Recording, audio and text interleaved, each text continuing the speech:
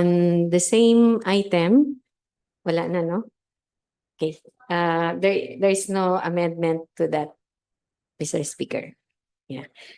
For under paragraph B, there's a proposal coming from MP Alamia to add the phrase, I think it adds the whole section, paragraph, sentence, which reads this way: it does not cover less serious forms of violence, such as internal disturbances and tensions, riots, or acts of banditry. We accept, Mr. Speaker.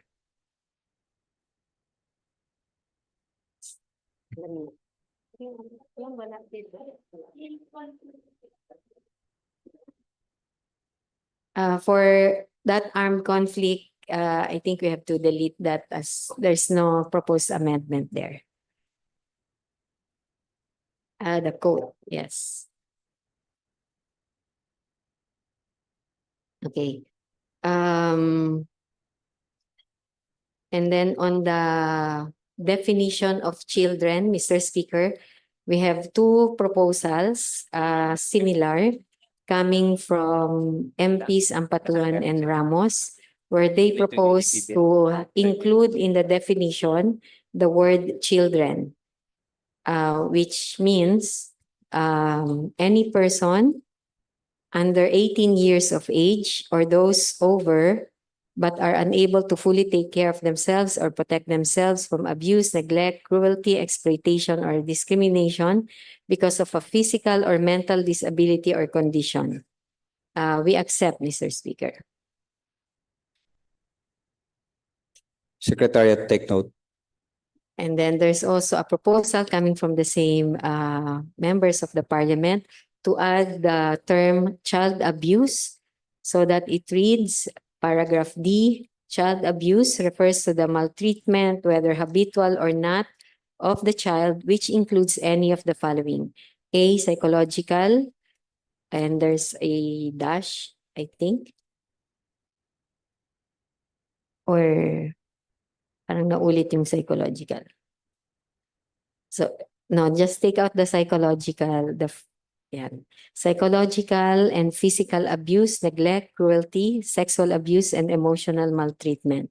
B, any act by deeds or words which debases, degrades, or demeans the intrinsic worth and dignity of a child as a human being. C, unreasonable deprivation of his basic needs for survival, such as food and shelter.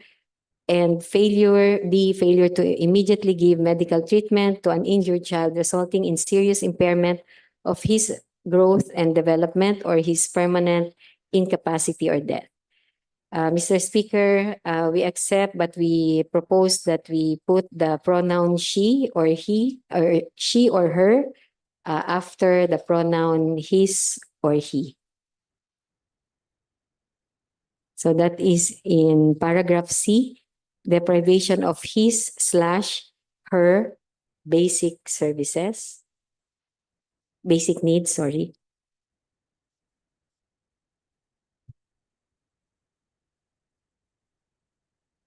Yeah. And then in letter D, there are two pronouns: his growth and his permanent incapacity. Okay.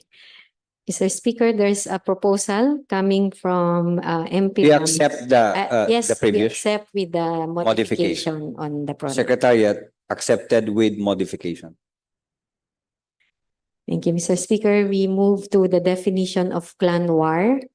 There's a proposal coming from MP Ramos to take out indigenous groups, indigenous cultural communities, and just leave members of clans, and then take out the same phrase in the succeeding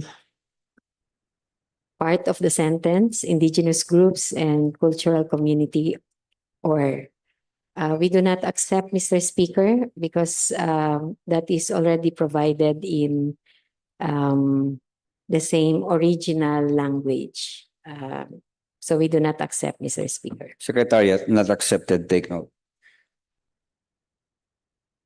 Parang wala din, no? Okay. Mr. Speaker, we go to paragraph E, I think, is in the original, but this is on the do no harm and safeguarding principles, a minor amendment to add the word as after between well and harm. We accept, Mr. Speaker.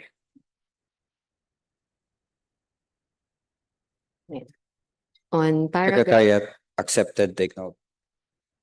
on paragraph I'm not sure what is the original F, and this is on the term durable solutions solution.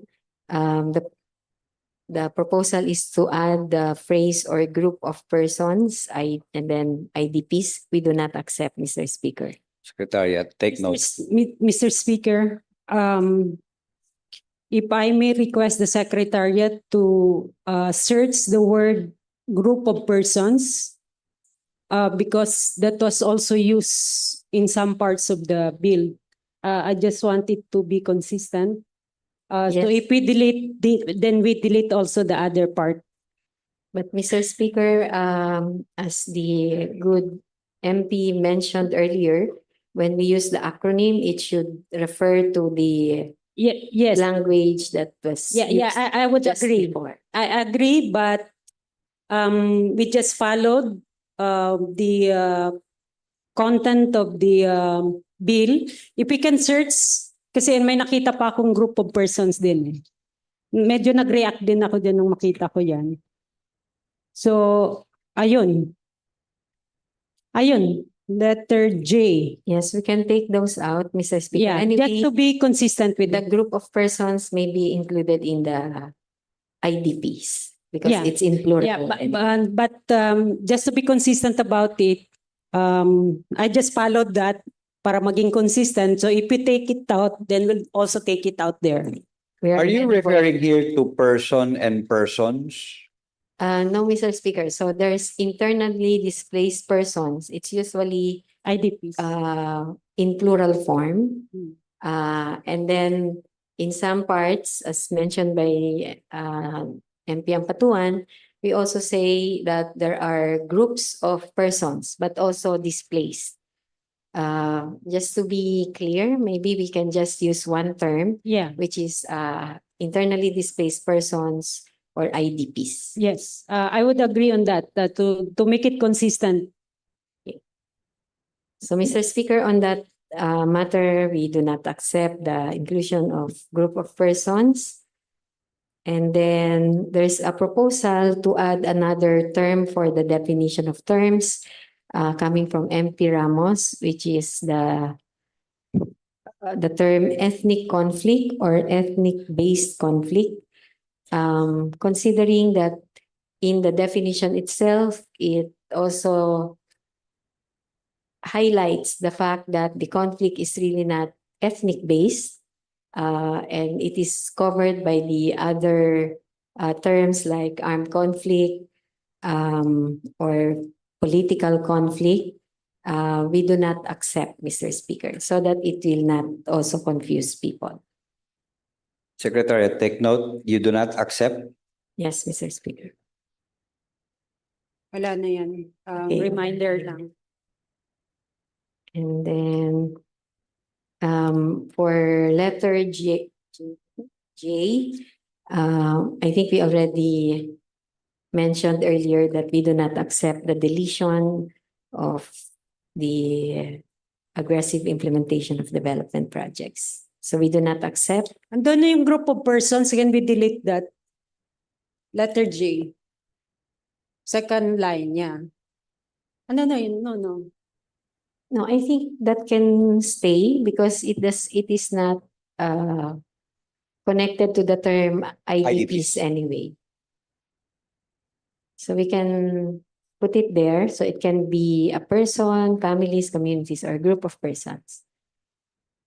So, in other words, we still have IDPs and other internal displaced persons. Yes, the S in the Because IDP. because what precedes is any person, families, communities, or group of persons. Yes, Mr. Speaker. Okay. Okay, wala na rin yata yan. No? And then same comment on paragraph J, Okay. which is not accepting the proposed deletion of the phrase aggressive implementation of development projects. Okay, and then letter K coming from MP Mike Mitimbang to add the phrase social or the word social before political and then add instability instead of just saying political violence. Mr. Speaker, we do not accept. Mr. Speaker, may I know what's the right column that was deleted Yes, by the Okay. proponent? Sorry, because the original matrix had three columns. So there was in the original bill, but which was already amended in the committee Okay. level. There was a phrase that we deleted. Okay. so what is deleted here in the left side are already amendments Of the committee. all of the original it at the committee level. Take note of that. Yes, Mr. Speaker. So on political violence, wala na rin. And then there's a proposal coming from MP Alamia to add after the definition of protracted displacement, which is, I think, the first paragraph, there is a proposal coming from MP Alamia to add a second paragraph, which reads like this: for purposes of effective programming, monitoring, and evaluation, the Bangsamoro government shall develop and adopt a standard categorization of protracted displacement, including a specific time frame, taking into account the local context and experiences within the BARM. We accept, Mr. Speaker, with the modification to add the phrase after Bangsamoro government. Pakilagyan na lang ng kulay. Through the Bangsamoro Internal Displacement Coordinating Council. Bangsamoro Internal Displacement Coordinating Council. And then comma. With that, BIDCC. yes, BIDCC after the word council to use so that we can use the acronym in succeeding sections. So we accept this proposal coming from MP Alamia, Mr. Speaker. Or maybe just to be consistent to change the word BARM to Bangsamoro Autonomous Region. Instead of BARM, Bangsamoro Autonomous Region.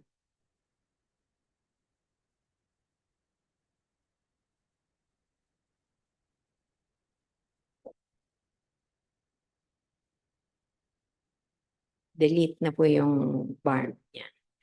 So, Mr. Speaker, there's also a proposal coming from MP Ampatuan on the same matter of protracted displacement.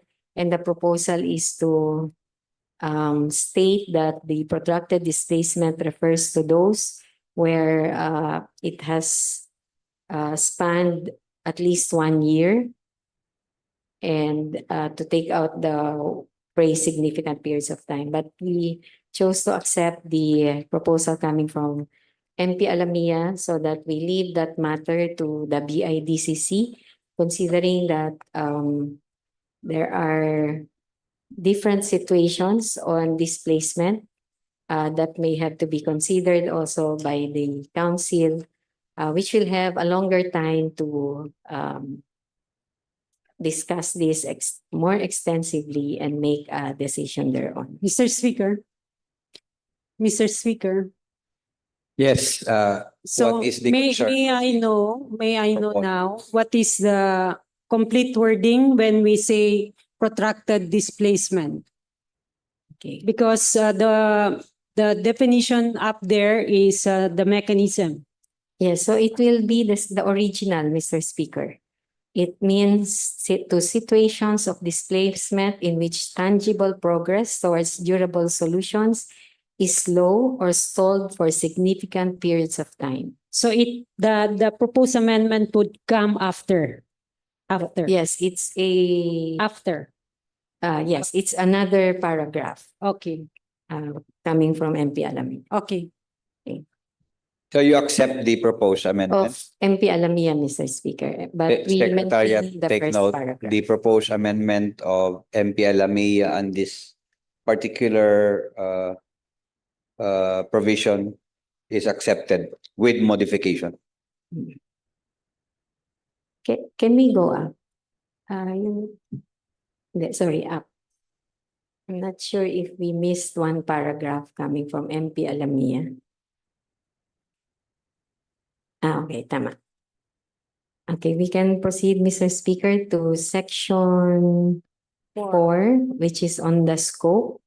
There is a proposal coming from MP Ramos to delete Bangsamoro residents and use instead the phrase residents of the Bangsamoro Autonomous Region in Muslim Mindanao.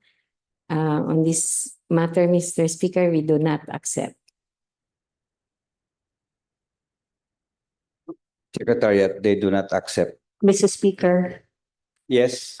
I'd like to ask our good proponent on retaining Bangsamoro residents.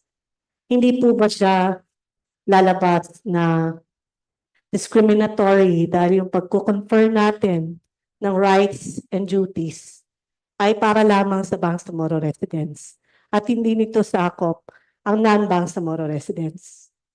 I think, Mr. Speaker, we have explained this earlier during the deliberations that we're talking about the region of the Bangsamoro.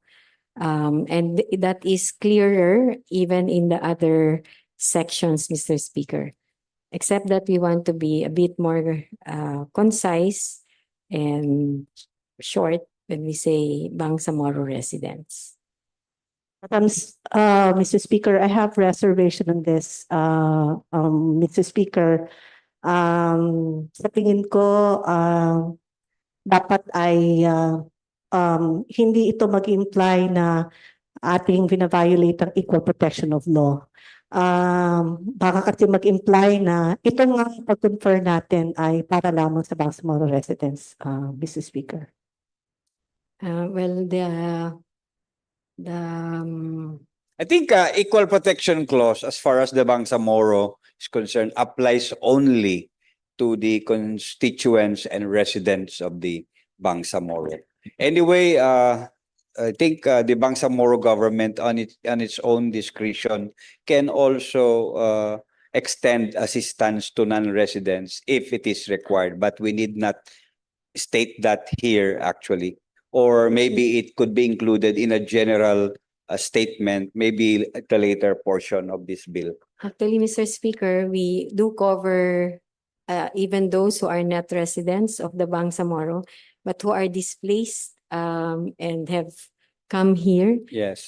within the region. I think MP Ramos is referring to the possible interpretation that Bangsamoro residents refer to residents who have the Bangsamoro identity and would exclude other residents who may not ascribe to that identity. I think that clarifies the concern of MP Ramos. Mr. Speaker, Section 4 talks about the scope. Nakalagay po dito, this act shall primarily provide for the protection of the rights of Bangsamoro residents. Then you cannot invoke equal protection clause if who you're referring to are not residents and constituents of the Bangsamoro. Are we saying, Mr. Speaker, na this is exclusive? This conferment of the protection of the rights is I exclusive. believe to so. Bangsamoro It residents? applies only in the Bangsamoro. No, I think just to be clear, Mr. Speaker, there's another paragraph under Section 4 which says that this act shall likewise provide for the protection of Bangsamoro residents who are displaced to areas outside of Ah, the Bangsamoro Autonomous Region and of non-Bangsamoro residents who are displaced to areas within the BARM. Yeah. So it covers those who are from outside and from within. But I think the objection of MP Ramos is the use of Bangsamoro residents, which may connote that we are only talking about residents of the BARM who ascribe to the Bangsamoro identity. But as I am explaining, Mr. Speaker, the Bangsamoro here, which qualifies the word residents, refers to the yes. region and not the identity. Exactly, Mr. Speaker. Kaya nga po ang proposal ko po dito, instead na ilagay na Bangsamoro residents, ay residents of the Bangsamoro Autonomous Region in Muslim Mindanao na maaaring sakupin po lahat ng lahat po ng IDPs regardless of age, regardless of culture, regardless po kung anong origin nila. Dapat po ay pantay-pantay na mayroong proteksyon na protection of the rights, Mr. Speaker. And as I have explained, Mr. Speaker, that is the intention, except that we chose to use Bangsamoro residents, referring to residents of the region, not the identity of Bangsamoro. But we can compromise, Mr. Speaker. We can say residents of the Bangsamoro Autonomous Region, taking out in Muslim Mindanao and the acronym of BARM. I am okay with that, Mr. I Speaker. think that's a fair adjustment.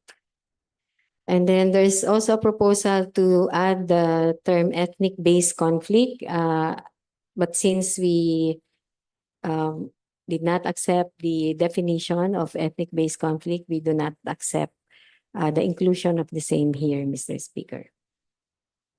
As the same goes for the proposal to take out aggressive implementation of development projects. Secretariat, take note. They do not accept. Okay. For the same section, Mr. Speaker, there's a proposal coming from MP Ampatuan to add the phrase "and promotion" after the word protection. And we accept, Mr. Speaker. Secretariat, accepted, take note. Okay, under the second paragraph of the same section, this time, the same proposal coming from MP Ramos, Mr. Speaker, we can adjust the term Bangsamoro residents to residents of the Bangsamoro Autonomous Region. Secretariat, take note.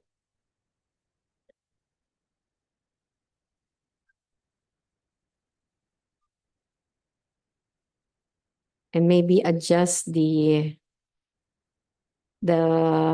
parenthetical phrase, because we may have used Bangsamoro Autonomous Region in earlier sections. So, i-adjust na lang po yung whether we still add the hereinafter referred to as Bangsamoro. Alisin na rin siguro yun. The whole parenthetical phrase. Yes. Okay. And the same for the use of BARM, to adjust that to read non-Bangsamoro residents who are displaced to areas within the Bangsamoro Autonomous Region.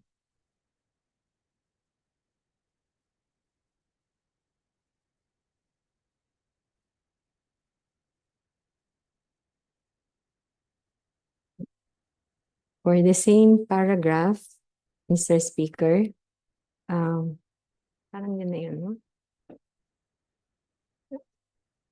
I think it's the same, no? Ito na yung promotion. I think we've tackled this already, Mr. Speaker. We can move on to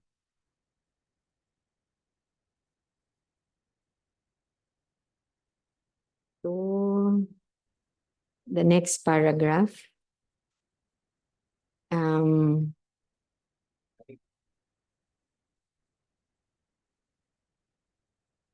it comes from MP Ampatuan. The first part of the sentence, as proposed, would delete the word and after LGUs, add the phrase and instrumentalities of the Bangsamoro government. And delete the word and after the word herein and add the word the before the Bangsamoro Autonomy Act. And then add the acronym or the shortened word of number, NO. We accept, Mr. Speaker. For Secretariat, those take note, they accept. changes. But for the proposed enumeration of laws, Mr. Speaker, we do not accept. Our counter proposal is for the phrase to read this way. Okay, after or the Bangsamoro Local Governance Code, comma, other regional or national laws pertaining to the rights of children in emergencies, children in situations of armed conflict, indigenous people's rights, comma, and international humanitarian laws, genocide, and other crimes against humanity. And then go on to the phrase for the protection, and then the proposed amendment of and promotion of the rights of, which that part we accept. Secretariat, take note. We did not accept the enumeration, but we chose to just use a generic reference to laws that may have been passed by the national government and which may also be passed by the regional government. So I will dictate the phrase muna and then let's put it inside. So it says,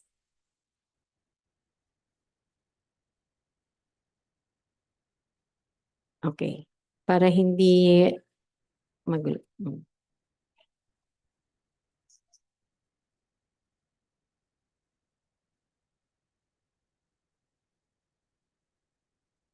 Okay. And then, so accepted na po yung up to, yan, up to BAA number. Tapos yung after BAA number or the Bangsamoro Local Governance Code, and then yan yung idagdag. Other regional and national laws pertaining to the rights of children in emergencies, comma, children in situations of armed conflict, comma, indigenous people's rights, comma, international humanitarian laws, comma, genocide, comma, and other crimes against humanity. And then, comma. And then we proceed with the original phrase for the protection. And then we also accept the phrase and promotion of the rights of, coming from MP Ampatuan.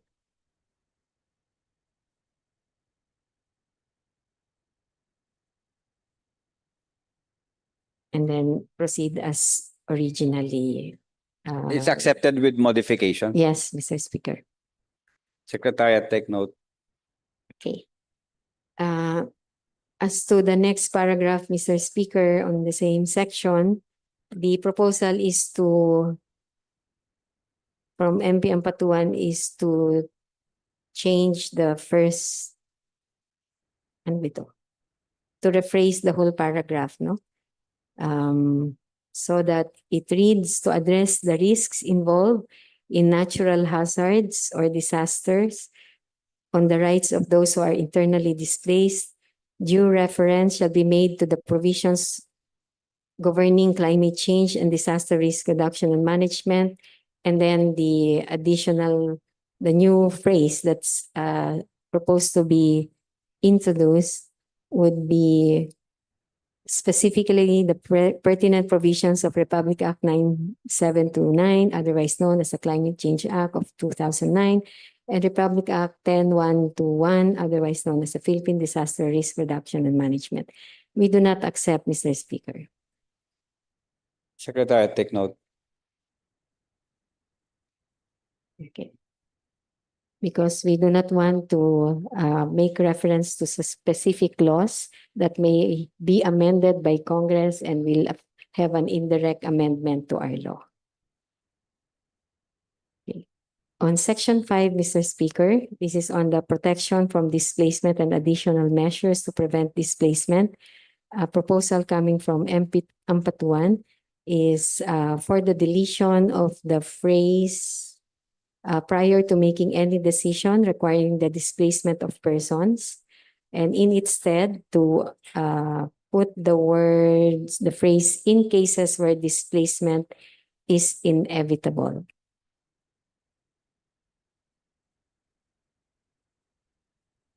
We do not accept, Mr. Speaker. Secretary, take note. After that, the proposal is to add the phrase necessary measures have been undertaken to minimize the adverse effect of displacement instead of the phrase feasible alternatives are explored in order to avoid displacement altogether. And the last paragraph sentence also for its deletion. And then there's another paragraph after that. We do not accept, Mr. Speaker. Secretary, take note. And then under the same section, there's a proposal coming from MP Ramos to delete the paragraph on development projects to be consistent with our objection earlier. We do not accept the deletion. Secretary, take note. And then the paragraph which reads, whenever a development project is planned, there's a proposal coming from MP Ampatuan to add the phrase and a child rights impact assessment and child sensitive climate risk vulnerability assessment. Mr. Speaker, we do not accept, but we have a counter proposal. Our counter proposal is to retain the sentence, but after specific vulnerable sectors. Sana rin. So there's no insertion of the proposed phrase, but to add another phrase after specific vulnerable sectors. Sana yun?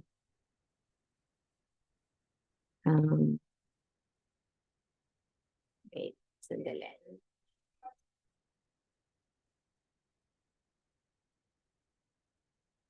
Mukha. Wait, service. Hindi. Sandali na.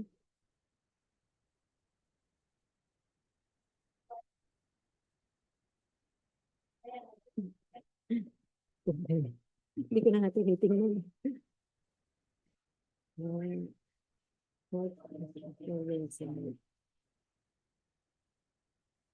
Dali. A minute to locate that phrase.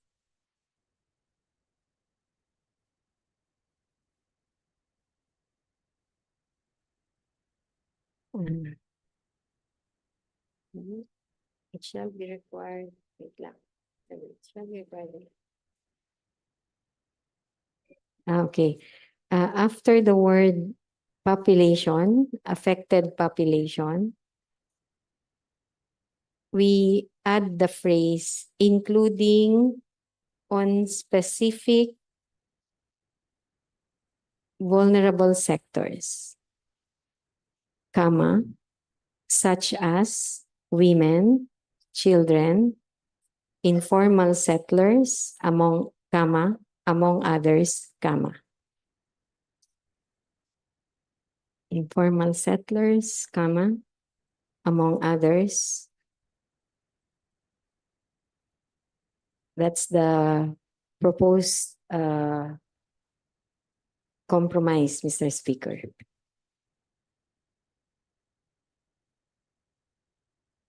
So that it reads, it shall be, ano ba yan? Whenever a development project is planned and subjected to approval by any government authority or instrumentality in the Bangsamoro, it shall be required that the proponent shall submit to the approving authority an impact assessment of the risk of displacement on the affected population, including on specific vulnerable sectors such as women, children, informal settlers, among others, and the corresponding plans to mitigate, manage, or respond to such risks. May I proceed, Mr. Speaker? You may proceed. The next paragraph of the same section, there are proposals coming from MP Ampatuan. Again, well, first to delete the word for after applicants and add the word the. To take out the semicolon and the word or, and take out also the word that after displacement, and then add the phrase especially children, and then rights-based relocation plan developed with children. We do not accept, Mr. Speaker. Secretariat, take note, they do not accept. Okay, there's a proposal under paragraph B on armed conflict. First, to use a lowercase for C in conflict. We accept that, Mr. Speaker. There's also a proposal to add agencies and before the word authorities. We accept, Mr. Speaker. Secretariat, take note. And then there's a proposal pertaining to the next paragraph to make abbreviations or acronyms for the words Comprehensive Agreement on the Bangsamoro, the Government of the Philippines, Moro Islamic Liberation Front.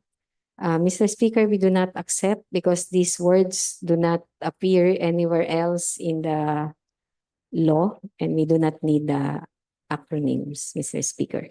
But we accept the inclusion of the phrase and agencies after such relevant.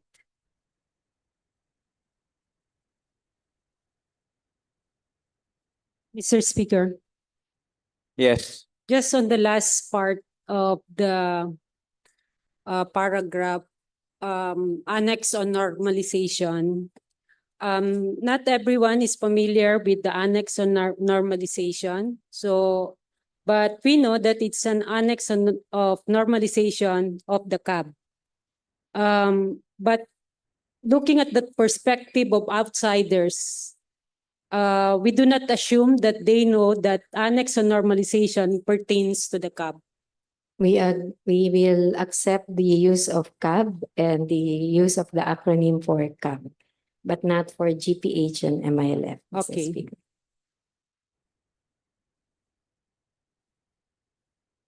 Secretariat, take note. Mr. Speaker, on the next paragraph, which is on clan wars and political violence, we accept the use of lowercase for the words, or the starting letter of the words wars and political and violence. And then for the proposal to use a parenthetical phrase of family feud after the word rido, we have a counter proposal, Mr. Speaker, to use but not limited to clan wars, and then the parenthetical word is rido. And then we use clan wars rather than family feud because it's the term that's used in the first part of the paragraph, Mr. Speaker. May I just comment on that? Family Feud would refer to this TV show. So I think it's better you use the other terms, clan wars. It's proper. Yes, Mr. Speaker. So our proposal is just to use clan wars and then parentheses Nanonood ka? Rido. Nanonood ka? And then Bata pa ako, nanonood na ako. And then for the next paragraph, I think, there's a proposal to delete the phrase peace pacts and peace agreements and use conflict resolution. We accept with modification, Mr. Speaker, to use conflict resolution agreements. Secretary, take note. And then to add the word number or NO dot, we accept. In the next paragraph on disaster prevention and preparedness, Mr. Speaker, there's a proposal to add the word promotion after respect. We agree. We accept the proposal. And then to change the word in and replace it with the word through, we do not accept, Mr. Speaker. And then there's a proposal to use the acronym RDRRMP after the word plan. We're amenable to that, Mr. Speaker. And to delete the phrase on disaster risk reduction and management, we accept, Mr. Speaker. Secretary, take note.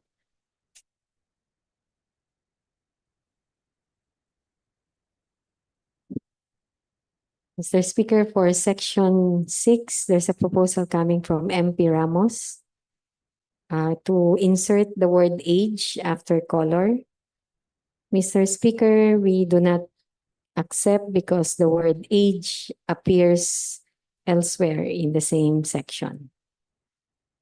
But there's also, so we do not accept that, but to simplify the terms sexual orientation, gender identity, gender expression, with a single word of gender, we accept, Mr. Speaker. Secretary, take note. On the same section, there's a proposal coming from MP Ampatuan to reformulate,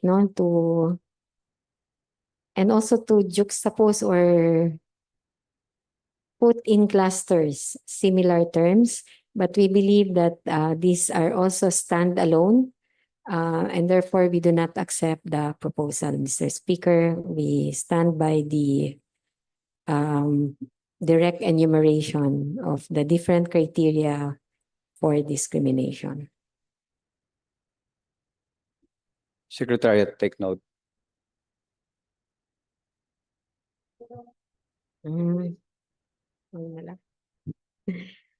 Okay, there's also a proposal coming from MP Ramos. Mr. Speaker, I think this is for the next paragraph of the same section.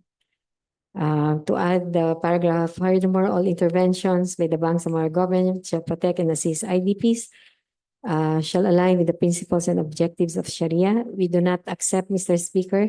This is already repetitive as we have used the same in a section that where we already accepted the same amendment, Mr. Speaker.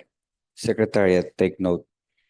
For the next paragraph, there's a proposal to capitalize the letter G in government after the word Bangsamoro. We accept, Mr. Speaker. We also accept the deletion of the word health. Okay, Secretary, that take comes note. from MP Ampatuan. For the same section ba to? Okay, no. Under paragraph A, there's a proposal coming from MP Alamia, Mr. Speaker, to add another sentence after the last sentence of the paragraph, which starts with regard to the provision of. So the proposed language is in identifying and establishing evacuation centers or camps, the Bangsamoro government and LGUs shall comply with the provisions of Republic Act 10821 and so forth, Mr. Speaker, but we have a counter proposal which reads this way. In identifying and establishing evacuation centers or camps, the Bangsamoro government and LGUs shall comply with relevant national or regional laws or guidelines to prioritize the use of structures other than schools to minimize disruption to children's education. Relevant national laws or guidelines.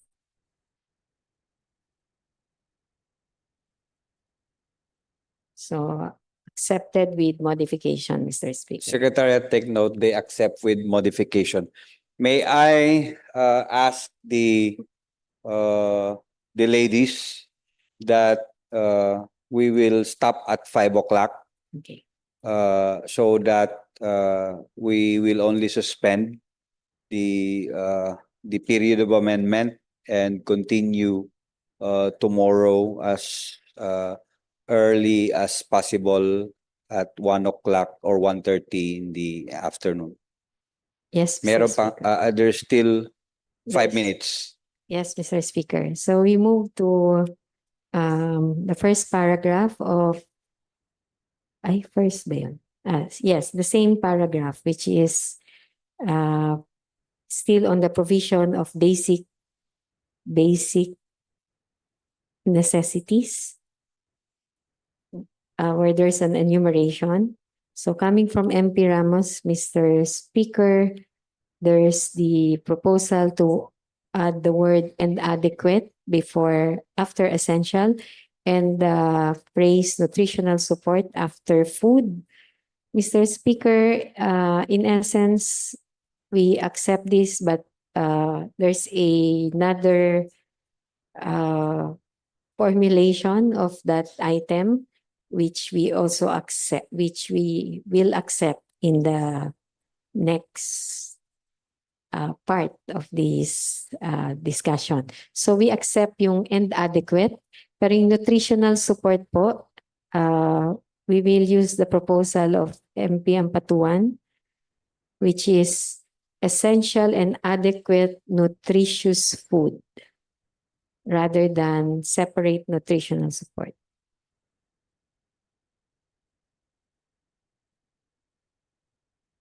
Okay. Secretariat, take note, they accept the amendment. With that modification. With modifications. Nutritional support. Another item under this section, Mr. Speaker, is shelter with proper sanitation. There is a proposal to add electricity and water, which we accept.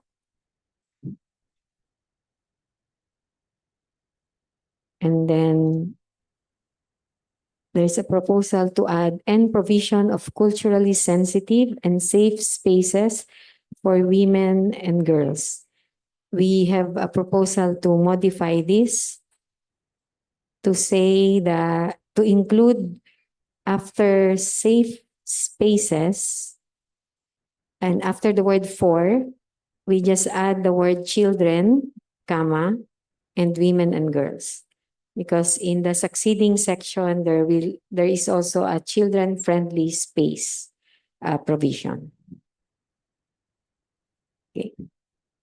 So accepted with modification, Mr. Speaker, and then Secretariat accepted with modification. same goes for the next paragraph where there's a definition of safe spaces. We propose to add "children and" before the word "women and girls."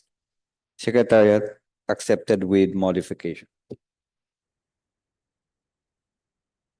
Children, comma,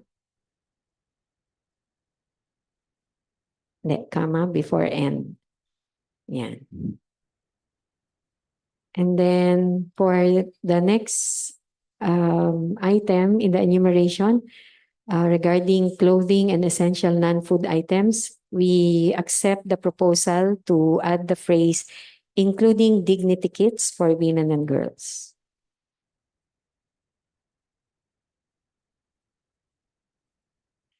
For paragraph 4, which refers to provision of medical, dental, and psychological services, there's a proposal to add a new paragraph after that to read, the Bangsamoro government shall implement measures to control and prevent unreasonable price increases of basic necessities during displacement situations.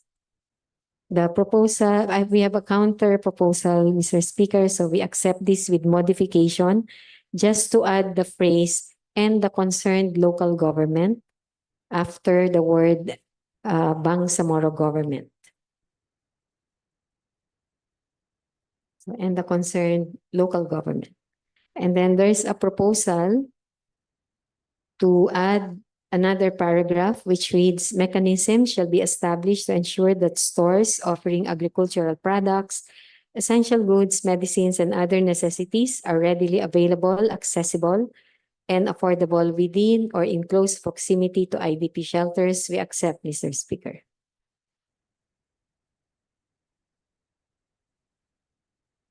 Nandun pala yun. Sa letter A. We will now suspend. Mr. Speaker, can we just finish this section? Okay. Okay, so that next meeting session, we'll start with a new section. So, Mr. Speaker, I go back to paragraph A, which has the phrase Bangsamoro government. Coming from MP Ampatuan, Mr. Speaker, we accept to add the phrase and concerned LGUs. Okay. And as I mentioned, we accept the phrase and adequate nutritious under paragraph 1. In paragraph 2, where we have already accepted the inclusion of the phrase, I think, electricity and water. Tama ba?